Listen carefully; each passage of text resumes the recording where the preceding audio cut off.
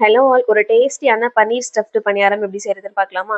பேன்ல 3 table spoon oil add பண்ணிட்டு 1/2 teaspoon சீரகம் சேர்த்து பொரிஞ்சது பொடியா கட் பண்ண 2 மீடியம் சைஸ் பெரிய வெங்காயம் ஆட் பண்ணிட்டு ஒரு 2 நிமிஷம் போல மிக்ஸ் பண்ணதுக்கப்புறம் 1 டீஸ்பூன் இஞ்சி பூண்டு பேஸ்ட் சேர்த்து பச்சை வாசனை போற அளவுக்கு வதக்கிக்கலாம்.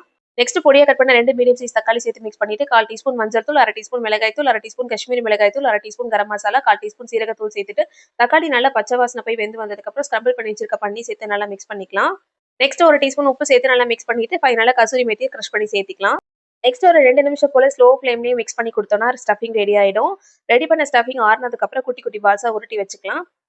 நெக்ஸ்ட் பணியார கல்ல ஆயில் ஆட் பண்ணிட்டு பாதி அளவு மட்டும் மாவு ஃபர்ஸ்ட் ஆட் பண்ணிட்டு ரெடி பண்ணி வச்சிருக்க பால்ஸ ஒண்ணொண்ணா ஆட் பண்ணிக்கலாம். ஸோ மேல செகண்ட் லேயருக்கு அகைன் மாவு ஆட் பண்ணிட்டு எண்ணெய் சேர்த்து ஸ்லோ ஃப்ளேம்ல பொறுமையா குக் பண்ணுங்க. 2 சைடும் திருப்பி போட்டு ஈவனா குக் பண்ணி எடுத்தீங்கன்னா பன்னீர் ஸ்டஃப்டு பணியாரம் ரெடி ஆயிடும். என்னோட சேனலை நியூவா பார்க்குறவங்க சப்ஸ்கிரைப் பண்ணி நோட்டிஃபிகேஷன் ஆன் பண்ணிக்கோங்க. நெக்ஸ்ட் ஒரு vlogல பார்க்கலாம்.